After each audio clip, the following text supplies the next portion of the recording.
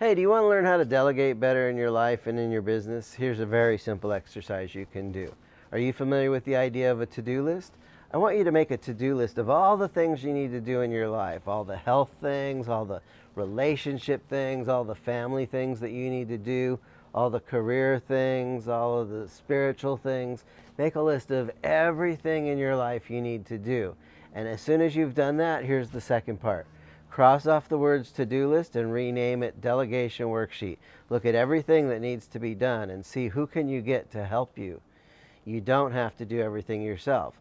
Level 1 entrepreneurship, if it is to be, it is up to me, but level 2 entrepreneurship is your success depends on the support of others. So make a list of everything you need to do and then relook at everything as things that you could possibly delegate. This is Joe Nicasio, your business coach, with a powerful time management secret. I hope you put it into action today.